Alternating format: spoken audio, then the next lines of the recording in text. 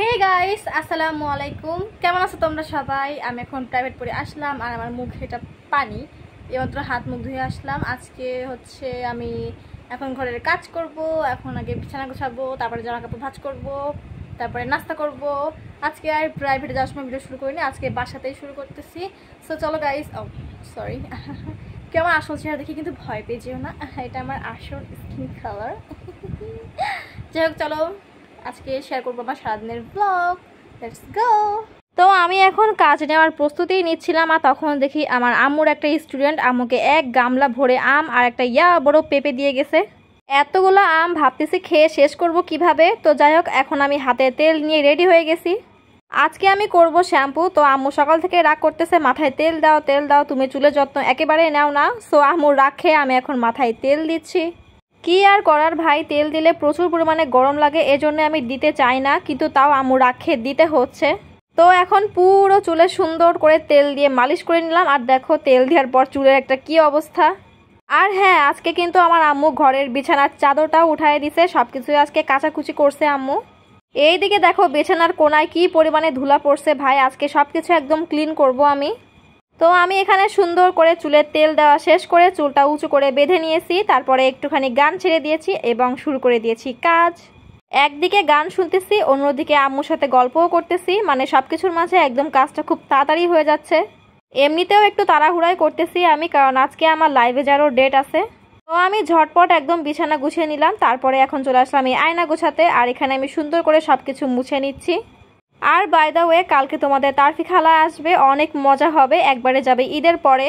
তো দেখো আয়নাটা আমি সুন্দর করে একদম মুছে সুন্দর করে ডেকোরেট করছি। আর দেখো এটা হচ্ছে আমার ফেস ওয়াশ, এটাই আমি ইউজ করি।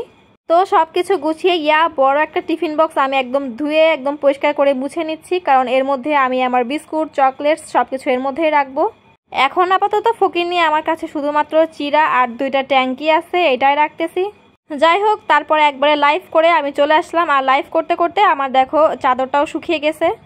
তাই মনে করলাম একবারে গোসল করার আগেই বিছানা চাদরটা সুন্দর করে বিছিয়ে দিই।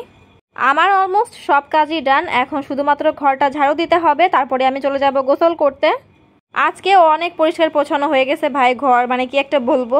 দেখেন গাইস, আমার আরও একজন স্টুডেন্ট আমার আম্মুর এতগুলো আম দিয়ে গেছে, কেমনটা লাগে, এত আম কই রাখবো ভাই।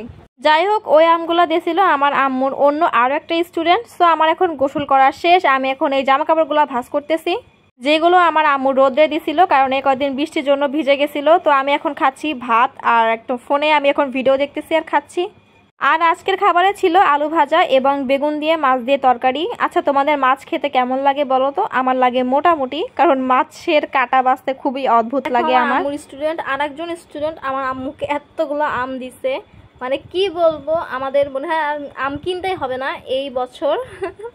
আমার আম্মুর স্টুডেন্টরা এত এত আম দেয় আম্মুকে, যেটা খেয়ে শেষ করতে পারে না। আমি অবশ্য প্রচুর পরিমাণে আম খাই, তো আমি এখন খাবো, কি মজা। এতগুলো আম কিভাবে খেয়ে শেষ করব, আমি তো এখন এটা নিয়ে টেনশনে পড়ে গেছি একেবারেই।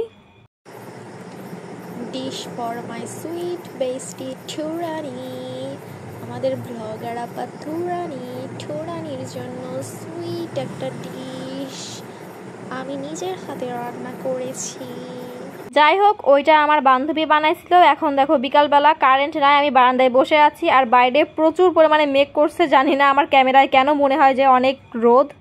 কারেন্ট নাই, তাই কি করব ভাই, গরমে বাইরেই বসে আছি। তো যাই হোক, আজকের এই ব্লগটা এখানে শেষ করতেছি, দেখা হবে পরবর্তী ভিডিওতে।